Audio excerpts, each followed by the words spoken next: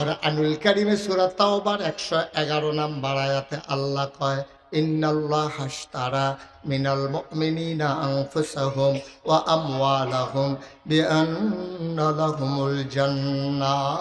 বান্দারে, ও বান্দা, সব তুই ভুলে গেছস।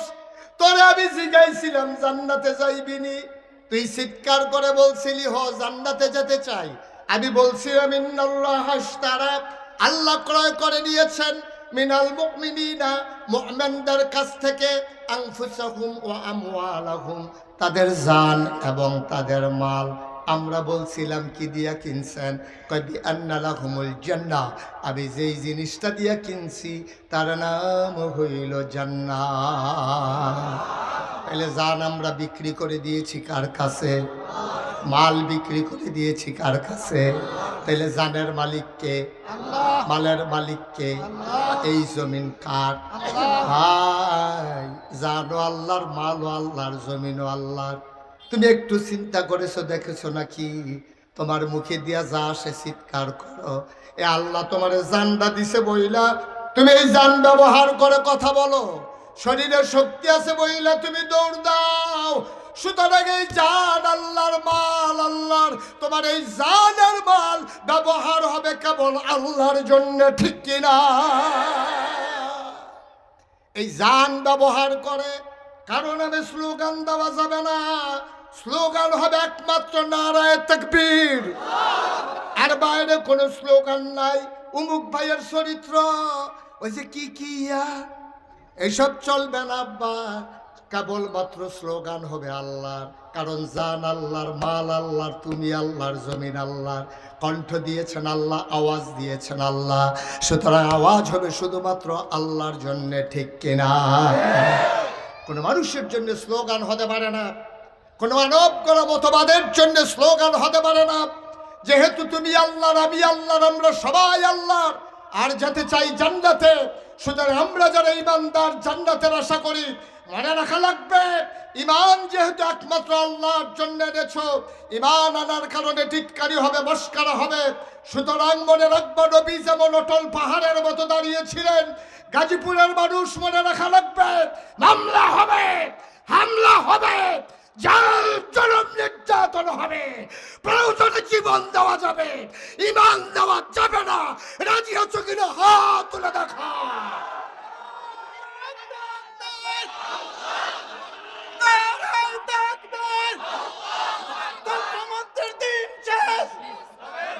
ইসলামের বাংলাদেশ, সবাই পড়ে না আমিন। সুতরাং আমরা কার? এই জমিন চলবে কার? আল্লাহর আইন ছাড়া এই জমিন কারো মানুষের মন গড়া মতো চলতে দেওয়া হবে না, ঠিক কিনা বলো?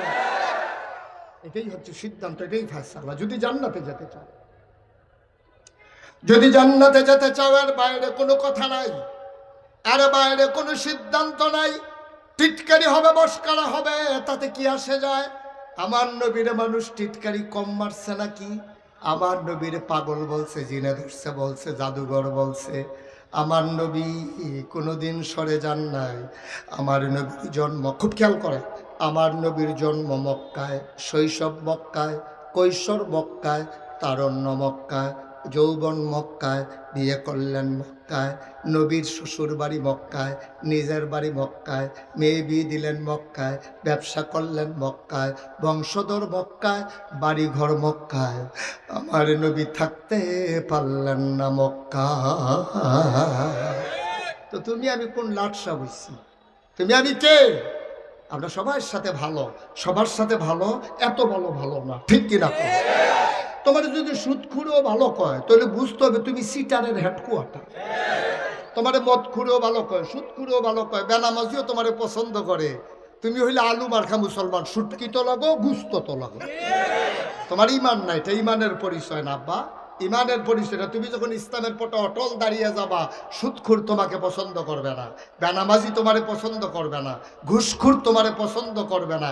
যারা মানব রচিত মতবাদ জমিনে কায়েম করতে চায়, যারা এতদিন তোমারে দাওয়াত দিয়ে খাওয়াইছে, তুমি স্পষ্ট কথাটা বলার পরে তোমার দিকে ফিরেও তাকাবে না, ঠিক কিনা? আমি বলি তাকানোর দরকারও তো নাই। দুনিয়ার সবাই মিলে মনে করো তোমার হয়ে গেল, কি লাভ হবে তোমার?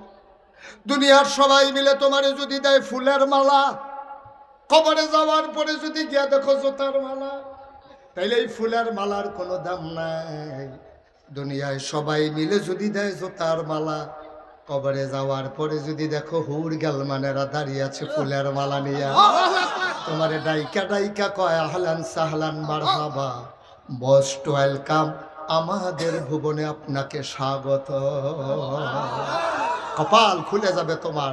ওই জুতার ফিটার কথা মনেও থাকবে না, ওই যে দৌড়ান দিছিল রাস্তায় ফেলাইয়া তোমার মনেও থাকবে না, তোমার স্যান্ডেল যে হারাই ফেলছিলা মনেও থাকবে না, তোমার টুপি যে কেড়ে নিয়েছিল তোমার মনেও থাকবে না, তোমার নামে যে মামলা হয়েছিল তোমার মনেও থাকবে না। ইমানদার, এটাই হচ্ছে ইমান, ঠিক কিনা বলো?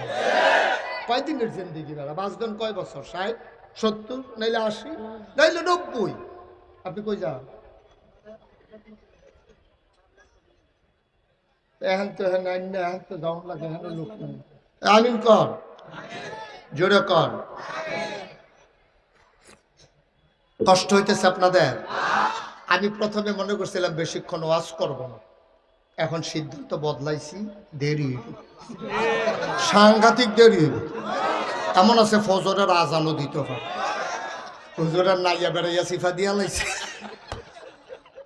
আচ্ছা ঘুমান ঘুমালা ঘুম না যাচ্ছে, বাইক ফোন দিয়া কইয়া দেন আইতে দেরি হইব।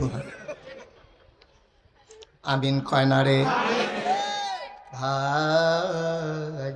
সকল নবী এবং রাসূল মিলে যা, কথা মনে আছে নাকি? আমার নবীজি একা ইতা। কি মজার নবী, কি মর্যাদার নবী, তুমি বুঝছো কিচ্ছু? নবী দাউদ আলাইহিস সালাম, ওনারে আল্লাহ দিছে সুন্দর কণ্ঠ। কি দিছে? সুন্দর কণ্ঠ। কথা কয় না, কি দিছে? হাদিস শরীফ আসছে আমরা যখন জান্নাতে যাব, যাবেন না সবাই? সবাই যাবেন না ইনশাআল্লাহ? আমরা যখন জান্নাতে যাব ইনশাআল্লাহ, অবশ্যই যাব, অবশ্যই যাব। আমরা জান্নাতে যাব না কই যাব? এই দুনিয়ায় তো কিছু পাইলাম না। হ্যাঁ, লগিও যদি জান্নাত না পাই তা আমরা উপায় কি? কি আর ফেরেস্তা টেরেস্তা জাতা দিয়ে লইয়া পড়ে যাবো হুজুর রেডি আমরা বাধা দিতে হলো। শহর হ্যাঁ তো শহর ফেরেস্তা টেরেস্তা 3-4টা লইয়া আনসা দিয়ে ভিতরে গিয়া পড়ে যাবো আল্লাহ যা করা কর। এটা অপেক্ষা করা যাবে নাকি? সময় কো মার হাবা কয় না রে? কষ্ট হইতে আছে না? গাজীপুরের তার জোর কম। হ্যাঁ, এত জোর কম হইলে চৌরাস্তা দখল দিবেন কেমনে নিয়ে? এই যে উনি উঠবে কেন, উঠছে কেন? আরে ওনারে বসা বসা, উঠতেন না মাহফিলে। উঠে উঠে এটা আমি পছন্দ করি না ভাই, একটু বসেন, লম্বা সময় না। উনি উঠলো না, উনি যে শুনছে ফজর পর্যন্ত সহ্য করতে পারছে না।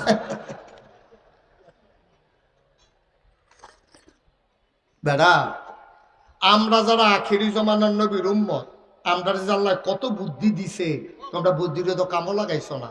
বুদ্ধি কাজে লাগানো দরকার ছিল ইসলামের পক্ষে, তোমরা হেই বুদ্ধি কামাই লাগাইছো, কাজে লাগাইছো সিটারি বাটফারির পক্ষে, ঠিক কিনা? তোমরা হেই বুদ্ধি কামে লাগাইছো দেশের টেহা কেমনে বিদেশ পাঠান যাইব।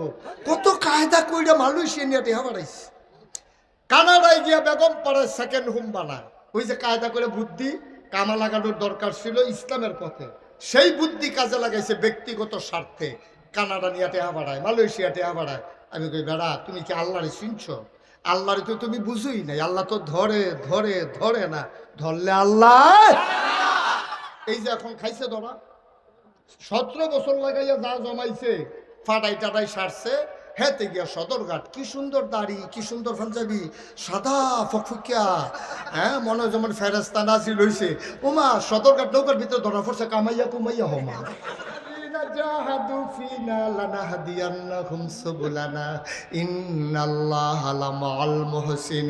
তুমি আল্লাহর রাস্তায় দাইমা যাও, জান্নাতে পৌঁছে দেওয়ার দায়িত্ব আমার আল্লাহ। তুমি তো যাইতে চাও না, তুমি যাও না।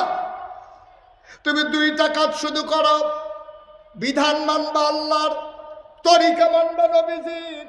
বিধান মানবা আল্লাহর, তরিকা মানবা নবীজির।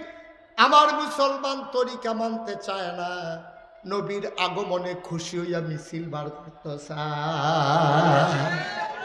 নবীর আগমনে খুশি হইয়া মিছিল বার করে।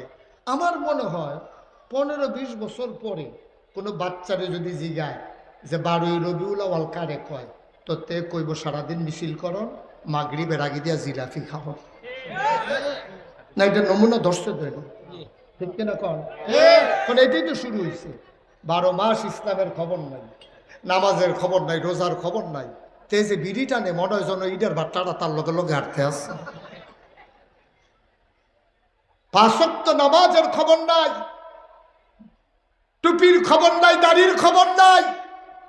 12ই রবিউল আউয়াল আসলে তুমি জশ্নে জুলুস বের করে, তুমি বিরাট মিছিল বের করে তোমার পীর সাহেবরে গাড়ির উপরে উঠাইয়া গলার ভিতরে মালা দিয়া তুমি পীর সাহেবরে নিয়ে ঘুরো। যদি নবীর আগমনে তুমি খুশি হয়ে থাকো, তোমার পীর সাহেবকে গাড়ি উঠানোর কোনো অধিকার নাই। তুমিও হাঁটবা, পীর সাহেব হাঁটবে, ঠিক কিনা কও? তুমি পীর সাহেবরে নিয়ে শুডাউন দিতে আসো, পীর সাহেবে গাড়িতে বইয়া রয়েছে আর সবাই মিল্লা হুজুরে লইয়া বাজিয়ে দিয়ে আটতে আছে। তো তুমি না নবীর আগমনে খুশি হয়েছো, তো নবী তো তোমারও পীর সাহেবেরও, ঠিক কিনা কও? কত বড় বেয়াদবি, কত বড় বেয়াদবি, কে বুঝাবে? মিছিলের নাম নবীর আশেক না। নবীর আশেক হচ্ছে নবীর তরিকা অনুযায়ী জীবন চালানো, এটার কয় আশেকে রাসূল, ঠিক কিনা কও? কোন দিনের সাথে ইসলামের সম্পর্ক নাই, কোন সপ্তাহের সাথে ইসলামের সম্পর্ক নাই, কোন মাসের সাথে ইসলামের সম্পর্ক নাই, কোন বছরের সাথে ইসলামের সম্পর্ক নাই। প্রতিটি সেকেন্ড, প্রতিটি ঘন্টা, প্রতিটি দিন, প্রতিটি মুহূর্ত, প্রতিটি সপ্তাহ, প্রতিটি মাস, প্রতিটি বছর, জন্ম থেকে মৃত্যু, রান্নাঘর থেকে সংসদ ভবন, সকাল থেকে সন্ধ্যা, সব জায়গায় বিধান মানব কেবলমাত্র একমাত্র আল্লাহর, আর তরিকা মানব নবীজির, ঠিক কিনা? তরিকা কার? তরিকা কার? তরিকা কারে কয়? তরিকা কারে কয়? তরিকা কি কারে কয় বুঝছেন? আপনি নামাজ পড়বেন, এটা কার হুকুম? আরে কথা কোন, কার হুকুম? আকিমুস সালাহ ইন্নাস সালাতা তানহা আনিল ফাহশাই ওয়াল মুনকার। তুমি নামাজ পড়ো, নামাজ তোমাকে মন্দ কাজ, খারাপ কাজ থেকে ফিরাই রাখবে। এই কথা কি মুশতাক ফয়জিন না আল্লাহ? কিন্তু নামাজ পড়ার কথা বলছে আল্লাহ, কেমনে পড়বেন এটা তো আল্লাহ বলে দেন নাই। জায়গায় জায়গায় বলছে অল কওমা রাকিন ওয়াসজুদু মা সাজিদিন, কিন্তু এইভাবে আতালগি দেওয়ান লাগবো, নাবিন নিচে বান্ধন লাগবো, এরপরে সানা ফোড়ন লাগবো, সূরা ফাতিহা ফোড়ন লাগবে। এটি ফাইলেন কই আপনি? কোরআন শরীফের তো কোথাও নাই। তাইলে বিধান দিলেন আল্লাহ, বিধান দিছে কে? আল্লাহ। আর শিখাই দিছে, নমুনা শিখাই দিছে নবীজি। এর লেগে বিধান হইল আল্লাহর, আর তরিকা মানব নবীজির, ঠিক কিনা? আপনি যদি মনে করেন যে হুজুর নামাজ তো আমি ফরনে লাগবো, তো একটা কাজ করি, আগে সেজদা দিয়া লাগে, পরে রুকু দেব, হবে? নামাজ হবে? কেন কেন? এটা নবীর তরিকা অনুযায়ী হয় না। আপনি যদি মনে করেন তরকারি সবজি দিয়ে আমি খাওয়া লাগবে, ডাইল দিয়া প্রথমে খাইয়া লই, পরে গরুর গোস্ত দিয়া খাবো, তাইলে মহিলারা শুদ্ধ আশা গরম লাগবো। বাইসা বেজো খানাও শিখছে না, শুরু হয়ে করছে ডাইল দিয়া। সহজ হিসাব। তাইলে বিধান মানবো কার? আল্লাহ। তরিকা মানবো কার? ভাই একটা সিহন কথা কইয়া যায়, খেয়াল করে, আমি মুশতাক ফয়জি। কোনোদিন যদি আর নাও আসি, কথাটা মনে রাখেন। আপনি যদি সারা জীবন নফল করেন, সারা জীবন সুন্নত আদায় করেন, সারা জীবনের নফল দিয়া সুন্নত দিয়া একটা ফরজ সাজদার সমান হবে না, ঠিক কিনা? কথা কি বুঝছেন? সারা জীবনের নফল নামাজ দিয়া একটা ফরজ নামাজের সমান হইতো না। কথা যে একটা মনে পড়ছে, এটা কি কইলে তা? নোয়াখালীর হুজুর এসে ওয়াজ করতো। কোন জায়গা? হ্যাঁ, তারার আবার বুদ্ধি বেশি, তারা ডাবের পানি খাইতো বেশি, তারার বুদ্ধিও বেশি নোয়াখালী তারা। আমিও গেছি, গিয়েও দেখছি যে কয়দিন ডাবের পানি খাইছি, আমারও বুদ্ধি বাইরে যে গেতে আসছে। নোয়াখালীর হুজুর এসে মাহফিল করার লাগিয়া, তো মাহফিলের ভিতর দিয়ে হুজুর খুব মজার মজার কথা কইতে আছে। একবারা ওনার মতো বুদ্ধিমান দাঁড়াইয়া কই, হুজুর আপনি যে কইলেন সারা জীবনের নফল মিলাইলেও একটা ফরজ হইতো না, নফল কি ফাও গেল? তাইলে এত যে নফল করলাম, সবে বড় তো রোজা রাখলাম, মেরাজের রোজা রাখলাম, আইয়ামে বীজ রাখলাম, সোমবারে বিশুদ্ধবারে রাখলাম, কত রোজা রাখলাম, তো এই রোজা দি, নফল নামাজ দি, তাহাজ্জুদ পড়লাম, এটি কি সব ফাও? হুজুর কয় না ফাউই তো গেরে, এটি অবশ্যই কাজে লাগবো। কথা আপনি দি কইলেন সারা জীবনের নফল মিলাইলেও একটা ফরজ হইতো না, আপনি একটু কইয়া দেন যে অন্তত 100 অথবা 1000 অথবা 5000